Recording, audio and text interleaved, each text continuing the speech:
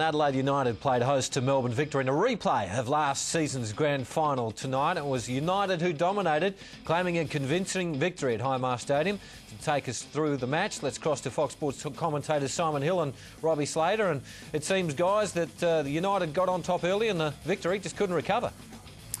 Yeah, that's true, Leith. Although Melbourne certainly had their spells as well during a really entertaining game. To be honest, Robbie, we didn't know what sort of a match we were going to get here tonight because there was no Burns, there was no Gite, there was no Muscat, there was no Brebner. There were one or two others injured as well. That's right. And it could have gone either way, but in the end, it was really great viewing for the neutral. It certainly was. Apart from being a Melbourne fan, it was one of the best matches of the season so far. I was bumping into a lot of fans on the way in, and they were saying, expressing their disappointment at the likes of Burns and Gite not playing. Gite looks like he might be out for 6 to 8 weeks. Nothing they can do about that. But certainly the guys who came in, who got their chance, really performed, and it was a very, very good performance from Adelaide. Particularly Lucas Pantelis. We'll talk about him in a moment. Let's have a look at the goals which sealed Adelaide's revenge, if you like, for that 6-0 drubbing in the grand final last February.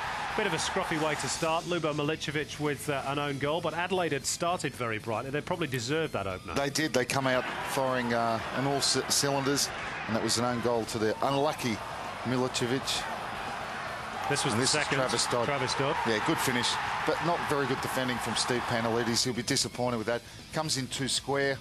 It's a little nutmeg from Travis Dodd, and he's still got the presence of mind to produce a little finish like that. 2-0 up after only, what had gone? 16 minutes. 16 minutes. And to be fair, Melbourne, although they were under the cosh, and we've seen it happen so many times this season, they showed what we thought was going to be the start of their champions' resolve, we've called it, because Archie Thompson, he'd barely been in the game, but what a finish that was. Right on the stroke of the break. Exactly, it was a great time to score, and you wondered when they come out the, excuse me, the second half, whether the momentum might change and go towards them. Somewhat it did. Great finish from Archie Thompson. But they weathered the storm, Adelaide, and really they had a little spell for a minute or two, which culminated in this. Leandro Love got caught towards the ball. Travis Dodd gets between two defenders. I think it was Ryle and Keenan.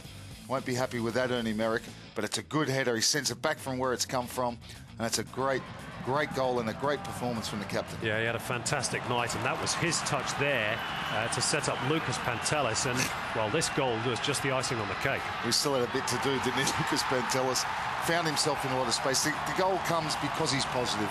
He doesn't hesitate. Once he picks up that ball from Travis Dodd, one thing on his mind, but what about the finish he produced at the end of it? There are the other attack stats. A game that produced 24 shots, and over 60 times the ball was in, well, one of the team's penalty areas. 43 for Adelaide. 7 shots on target for the home team, 4 for Melbourne. They contributed hugely as well. Don't think this was all one-way traffic. And 3 saves made by the Adelaide goalkeeper, 4 by Michael Theoklitos. So Adelaide United move up to second spot in the table. They've now got a run of games at home, Robbie. They've only had 2 of their first 7 here at Highmarsh. Are they serious contenders? Oh, they certainly are, and I think they proved tonight that they have a squad to be serious contenders. We talked about the players who are missing: Ollie Rujudy, Sakis, Nathan Burns, Gite now injured, but the players that come in, and put on top of that Bobby Petter, Paul Agostino, they're injured as well, and he's proved that he has a squad to contend with. He's just, mate, they've smashed the champions 4-1. Not a great night at the office for Melbourne Victory, and Leith, I know you're based in Melbourne, but they will come again. This is not the end of the season for the Victory. The champions will still be there or thereabouts. Fox Sports News on Channel 513. It's on all the time.